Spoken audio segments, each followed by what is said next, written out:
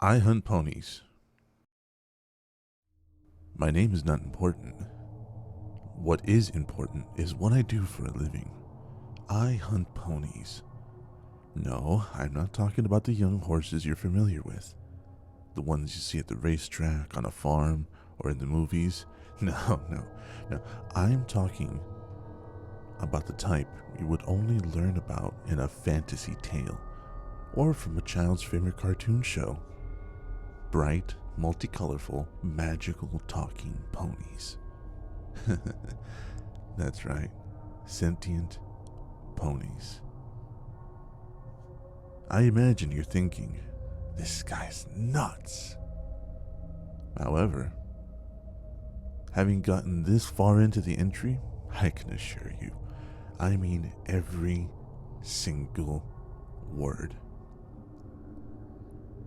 In fact, chances are you are already aware of these creatures. Yeah. There was a huge international fad based around them. You might have heard of it. My Little Pony? Of course you've heard of it. For about a decade, it was all but impossible not to stumble upon some aspect of that franchise, at least once. And I'm here to tell you, it's real. The ponies are real. The characters, real. Equestria exists, and my job is to hunt them down, and I am goddamn good at it. I can't even begin to describe how much I love my job. The anticipation as I prepare for the hunt, the sheer exhilaration as I chase down a frantic and panicking little pony, the pure pleasure I get when all they see of me in their goddess's darkest nights are my eyes and grin as they know that their end has come and life as they knew it, it's over. I so do love savoring their terror and fear just before I deliver the final blow. It is like ambrosia. I'm so good that the ponies have even given me several nicknames. But the one that stuck, the one that stood out, Smiling Jack. Now before you get any off-the-wall ideas, I want to be clear. When I say hunt, I don't mean kill. I hunt to capture them. During the whole Brony fad, a lot of people took advantage of the movement with varying degrees of success. Some got into the music and produced some really catchy tunes. I'm embarrassed to admit that even I have bought some albums. Others went into animations. Other various ventures came forth, but there was always a demand. One that most of these obsessed fans wanted desperately, but knew that it would never be the case or come to light. And that's where I come in. You want a pony? I'll get you one, as long as you're willing to pay the price. At this point, you are most likely wondering, well, if this is true, then how did you get to Equestria in the first place? Well, unfortunately, I honestly couldn't tell you, especially not the details of how this all works, because I don't know myself. Just know that I can travel from Earth to Equestria and back very easily. All I require is an episode of the show and a mirror, and the rest of it is a secret. When I first arrived there, I was overwhelmed. I mean, who wouldn't be? I just discovered that fantasy was in fact reality. Traveling around their world, I made sure to keep my distance. I reasoned that just because the ponies were nice and friendly on the show doesn't mean that is what they were like in person, or in real life, I should say. That, however, is an interesting choice of words considering the topic of this memoir. Anyway, to answer the question that is most likely in your head, yes, I did think about approaching these equestrians in the name of friendship. Perhaps by getting to know them, we could learn from each other, but I don't know. There was always something in the back of my mind that always derailed that train of thought, and handily too.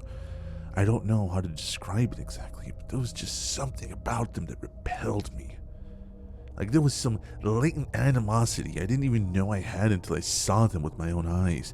A feeling that seems to grow stronger and stronger the more I observe them in the following weeks, months, years. I know. You're asking, how can I have such negative feelings for creatures you don't even know personally? But I have no answer that would actually satisfy you. The best way I could think of to describe it would be to imagine a sudden and intense itching powder thrown in your fucking crotch. I'm not sure exactly when I made the decision, but at some point I decided to scrap the whole friendship nonsense and try to figure out a way to exploit them. I mean, who wouldn't? It wasn't difficult coming up with the reasons for this. I recently got laid off. Didn't pay well anyways. I had bills. I had debts. Hell, I would have been kicked out of the place I was living altogether if it wasn't for this. I'm sure you get the idea. But the question was, how was I going to use these magical ponies to make a living? I wrote that earlier, how some in the Brony community were able to use that subculture to make a living for themselves. But I knew I couldn't follow their footsteps. Music, animation, writing, games, everything under the Earth's beautiful sun. It's already been cornered. It's already been done. Anything I tried to do at that point would just be white noise. But there was a beautiful market completely untapped. The one common theme with all of these bronies, most of them, is that they wanted these magical talking ponies alive. A lot of them desperately wished they could meet them, talk with them, be their friends. I'm sure even, play with them. They wanted the creatures of My Little Pony to be real, not an idea, not a concept, but flesh and blood real. A service, I realized, only I could provide. A business I would have a complete monopoly over, and the demand would be virtually infinite as long as Hasbro kept these creatures in front of the masses in one form or another. I couldn't have asked for better marketing, and it's not like I have any personal ties with these talking ponies, so there was no guilt of any kind for anything I did to them. To say that I was excited would be an understatement. I couldn't even begin to put to words my thoughts and feelings the night of my epiphany, but make no mistake, I didn't just jump into this endeavor face first, thinking it would be no problem. No. For something this big, I knew I needed to take my time to plan, to learn, to set up a business model. I made sure to get hold of every piece of My Little Pony content I could get my hands on, and I studied well. I didn't just learn about the main characters, but also the side characters, the recurring characters, even the entire library of background characters that you would only see once in the entire show. I made sure to know them all, and I can honestly say, while the cartoon is decently accurate to what the real Equestria is like, there's a lot they got wrong. But that detail is for another time perhaps. Needless to say, I made sure I was well prepared for this venture. Of course, you can't go hunting without the right equipment and precautions, and as you can imagine, I have various tools at my disposal, both regular and magical. What I use varies from job to job, but the tool that I take to every job is a modified Model 70 bolt-action Winchester rifle. I named her Sumatra. She's my favorite, and we're quite a team if I do say so myself. Now, you're asking price, or thinking price. What do I charge my clients for providing them with these exotic creatures? And I will tell you, there is no set price. Various factors come into play for each job. Is the target a main character, a recurring character, a background character? Is there a time frame for delivery? Which of the pony races does the target belong to? That's actually important. I charge the most for Pegasi, One would think that unicorns would be the trickiest to obtain, and sometimes that is true. However, in the end, no matter their abilities, unicorns and earth ponies are still earthbound. Pegasus can fly, which means they can go anywhere, so if you miss an opportunity or screw something up, they can throw a big wrench in your plans and set you back for days, weeks, or maybe even months sometimes. Not to mention the fucking city in the sky. Yeah, you heard right. Those flying ponies have a city in the sky. They call it Cloudsdale. And the few times my hunt brought me to them, it wasn't ideal. Hell, just getting there is tricky for a human, but I have my methods and resources. Never mind you that. Needless to say, prices can range from the late 100,000s easily into the millions, and that doesn't even include expenses. It may surprise, but some of these bronies, they have deep pockets, and they have friends or family with deep pockets. I've been hired by more than one set of wealthy parents wanting to give their little girl the ultimate special gift. Who am I to deny them such happiness? Lastly, I want to talk about the rules. Yes, I do have rules. You would be surprised how many factors I have to consider when it comes to each job, and I quickly realized that I needed a set of rules that I must follow. So here we go. Let me introduce you. Number 1, above all others, or when I accept a contract, make sure that the client understands the contract. Often I have to explain to the client that they must make sure they want this particular target and not to change their mind afterwards. Every deal is finalized and not renegotiable, nor can it be rescinded. Once the agreement is finalized, it is locked. Also, I've made clear that they are not my only client, and each pony is unique, as their first choice might not always be available. There's only one Twilight Sparkle, there's only one Pinkie Pie, etc., etc., etc. There are other details to make clear, but those are the two main facts that I run into the most. Number 2, hunt only every 3 to 4 months. After every hunt, I need to give Equestria time to cool off. You do not want an entire nation of magical pissed off ponies looking for you. I'll be the first to tell you. Number 3, always make sure that my safe houses are well stocked. I have several locations throughout Equestria that I use for sub bases. Never know when I might have to remain there for days or weeks, or end plan a job. Having seen such locations come in handy for that. If I need to hide out quickly, if things get messy, always have a sub base.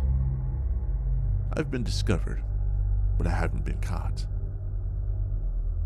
Never, ever, and I mean ever, under any circumstances, bring any magic item or anything else from Equestria to Earth. Just don't do it. I never tested this theory, and I don't ever plan to. Don't go after cults and fillies. For those of you paying attention, that's 4, this is 5. Unless they are orphans or I am hired to obtain an entire family, this is a rule I will not break, because separating them is just cruel. Number 6, never kill under any circumstances. The victims might become future prey, and if they're dead, I don't get paid. Of course, accidents happen though. Some things can't be avoided. Number 7, always have a surefire way to get paid. I always make sure to do research on a new client. I even meet with them to discuss the terms, and even then they try to back out sometimes. This is a job that isn't exactly well known or secure, so I have to make sure they can pay the bill by any means necessary. These are the rules, and there are other rules, of course, but these 7 I follow above all else. And so far, it's worked out splendidly. Of course, it hasn't always been champagne and caviar. I've had more than my share of adversity at the hooves of those pastel-colored ponies, especially in the beginning. But no matter what, I always make sure to be thorough with my plans and adapt quickly if the situation calls for it. There may have been bumps in the road, but I've never failed. This is a point of pride of mine. In case you're wondering, I know you are. What's my most difficult job? What has it been? And I'll tell you. Perhaps the greatest hunt in my long career was going after the Pegasus called Rainbow Dash. If you've gotten this far and are familiar with the show, I won't go into too much detail on who that is, but needless to say, not only was she arguably the fastest Pegasus in Equestria, but she spends a lot of time in Clydesdale. Turns out, she's the head of a huge factory that makes rainbows. I'll never go into what I saw there, but I will say this. Factory, it's not the best word to describe that place. I'd say fortress, but that also seems oversimplified. It took over 3 months just to plan that hunt, and longer for all the prep work. The whole damn thing took a little over 1.5 years to put together, but in the end, and she put up a fight, she came to be just another notch on my belt.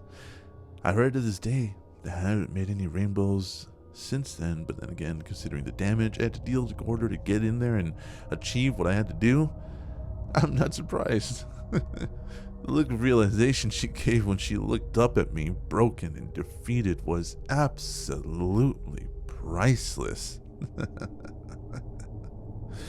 Have I mentioned before that I love my job? I suppose the only last point is to discuss why. Why am I writing this down? Why am I recording this where any schmuck could see it? Honestly, I don't know. Perhaps I just need to get this off my chest to someone. Maybe I wanted someone to know what I am and what I do, even if that person will only find this long after I'm dead and gone. Perhaps I just wanted to mark down some kind of personal record for my last hunt. Yeah, I'm going on my last hunt. Well, at least for now. Not that I want to retire, but after doing this for years, there are just too many factors. The main one is all of Equestria at this point. They say if you play with fire long enough, you're going to get burned. Well, you can imagine my situation over there. They're very much aware of me. Not that I blame them, considering how many of them I've taken. You just gotta know when to fold them. That's alright, though. It's not like I need the money now. I'm quite wealthy at this point. I have a lot of great memories, too. That is why this is the last hunt. For no one but me. A reward to myself for all my years of loyal service. Given my career and lifestyle, I haven't had a lot of time to find someone to have a family, or at least companionship. It is perhaps the one regret I have at this stage of life. Very soon, though, I plan to rectify that. I won't give out the pony's name, but I can say that she has been in high demand since the very beginning, but I always made sure to firmly decline. I knew right away when this whole thing was possible that she would be mine alone. Now, of course, when I bring her to my world, she might be sad at first, but she'll learn to love it here. I'll make sure of it. Of course, we'll have to move from the noisy and frantic life of the big city. You know, it's no place for such a sweet and delicate creature. Not at all. Maybe out in the country somewhere. Yeah. I know she'll love that. She'll love the new life with me, whether she's ready for it or not. Although we might have to move regardless, things are becoming hectic here. It seems recently, every time I travel back, something new has happened or is happening. The latest was a tornado. A tornado at this time of year in a state that is not known for them, might I say. I won't allow climate change to endanger my last hunt. No. She's going to be safe with me. There you have it, though. What I am and what I do. I know this all sounds incredible and ludicrous. Believe me, I know.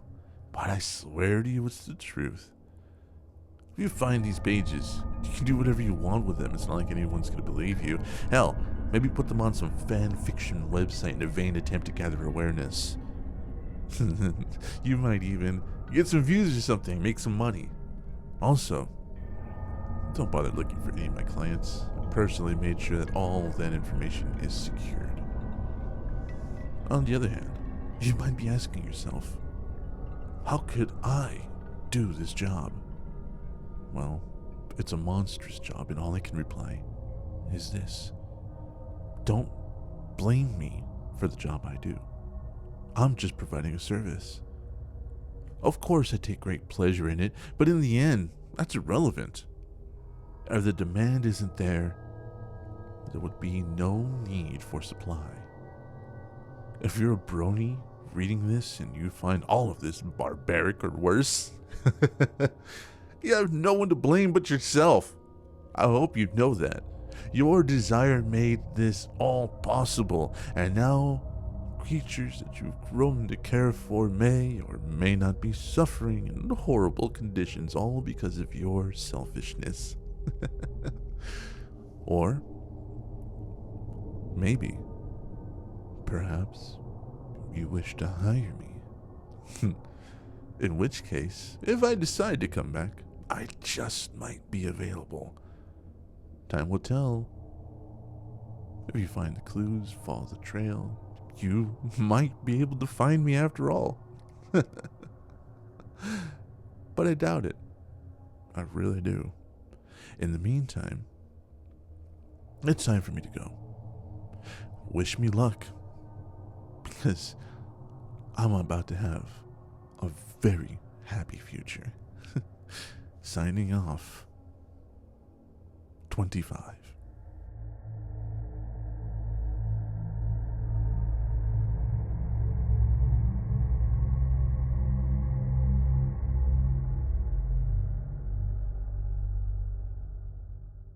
Thanks for watching this video. I really hope you enjoyed it. Please support the channel by subscribing and leaving a like. Every little bit helps. So take care and see you next time.